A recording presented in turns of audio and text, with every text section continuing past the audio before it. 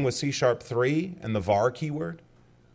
Same basic idea, except that in F# type inference stretches throughout most, if not the entire program, where C# can only do it on local variables. So in this particular case, we know that x is an int because we're doing integer multiplication here, 2 times x times x. In other words, 2x squared.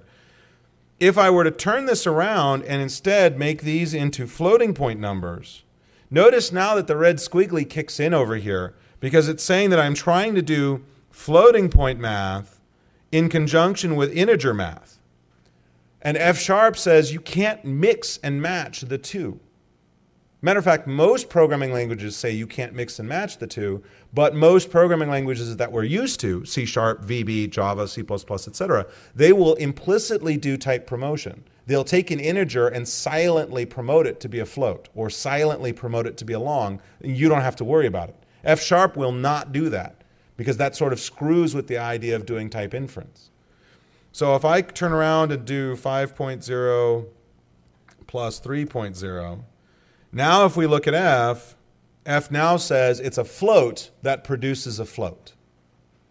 Okay? Does that make sense? All right. Scroll a little bit further down. Notice down here when I try to use F, passing in a value int3 plus 4, right? This is going to turn into a single value. Now, again, because I'm trying to use an integer where a float is expected, it's complaining. So let's undo that and turn it back into ints, and now everybody's happy. Okay? Now again, what is result? Do we know its type? We don't. The language does, because it figures it out as we go. Here we see classic mathematical expression, factorial. Everybody remembers factorial, right? Factorial 5 says take 5 times 4 times 3 times 2 times 1 times 0. You guys remember that? Or maybe not. Maybe it's a little too early in the morning for you too. I don't know. Take it when I take it on my word when I say that this is a very classic functional thing to express. Okay? Notice the use of the rec keyword here, and notice how the implementation of factorial works. It's a recursive call. Okay?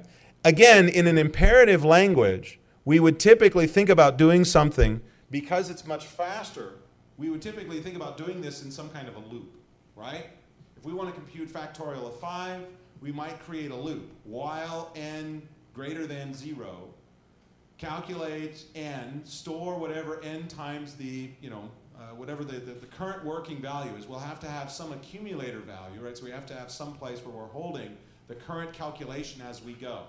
So the first time through, we'll store 5 there, and the second time through, we'll store 5 times 4 there, right? Because we'll take the current value and multiply it times the current value of n. And then we'll store, let's see, it would be 5 times 4 times 3, so that would be 60. Each time we go through this loop, we're doing what people in this space refer to as a destructive update. We have to extract the old value, do something with it, and push it back. What happens potentially if this is being called for multiple threads? Well, it depends on where that value, that current accumulated value, is being stored. If it's being stored as a field on an object, we have a problem. If it's being stored as a local variable, we don't care, theoretically. The recursive version has the advantage that we don't have to worry about the storage because, quite frankly, the thread stack will take care of that for us. And as a matter of fact, the CLR has an interesting optimization available to it known as tail call optimization. Because if I try to do factorial of 10 million, what's likely to happen in a recursive scenario? Can I call myself 10 million times without blowing up the stack?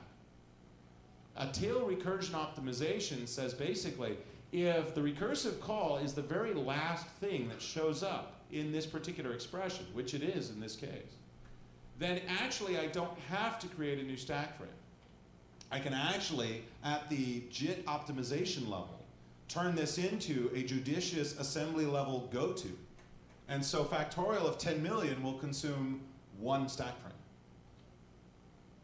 And by the way, because all of this is happening on the thread stack, there's absolutely no way that there's any thread concurrency problems here whatsoever. Which is not bad. one of the things that you will see as you start going through this code is you will see any functional language, quite frankly, F#, Scala, Haskell, Erlang, whatever, you see a lot of recursion. Because recursion is, as I said, implicitly thread safe, and a recursion makes it easier to work with the immutable values.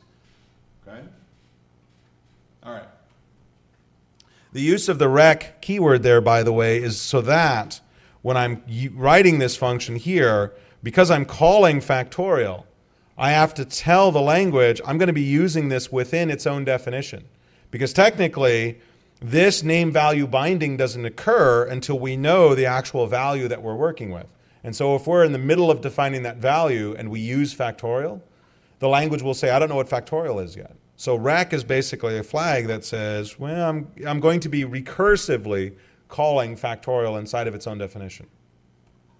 Here we also see another one of these, compute the highest common factor, which is another mathematical thing. The only thing I want you to look at here is the use of the if, elif, else. One of the things that you notice, if you look at this for a few minutes, is there's no explicit return. I don't ever say what the explicit return value is. Every expression in a functional language yields a value. So if else yields a value, I can say something along these lines. This is perfectly well formed. Let x equals if 1 equals 1, then 1 else 0. Because if then else yields a value.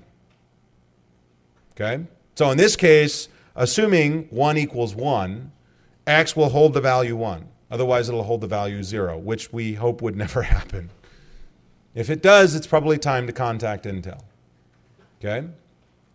And this will show up in a lot of ways. This, by the way, this if-else construct, you guys should already be familiar with if you've used the question mark colon operator from C#. It's the exact same idea. It's just now we have the ability to do if, else if, else if, else if, else if, else if, else if, etc. Okay? And it will always yield an expression, which, by the way, also means that the expression had better be of the same type. In other words, here, one branch of this if-else wants to yield a floating point. The other branch wants to yield an integer value. So what is the type of x? We don't know. The language can't know. And so it indicates that by refusing to compile. It will say, this expression has type int, but is here used with type float. Okay? So you have to make sure that you're always returning the same value out of here. Okay? There's ways around this, but I don't want to get into that yet because we're still sort of crawling before we start walking, before we start running. Okay? You guys still with me so far? Yes? All right. Tuples. A tuple type in F#, again, very, very common functional construct, is basically a loosely structured collection of values. You can think of it in many respects as a struct whose fields are not named, right? The C# notion of struct, right? Value type. So here, point A is a tuple type consisting of 3 integers, and F# represents this using the syntax int star int star int. The stars are separators between the various elements of the tuple. Now, this is entirely a different type from data B down here, which has type int star string star float. Okay?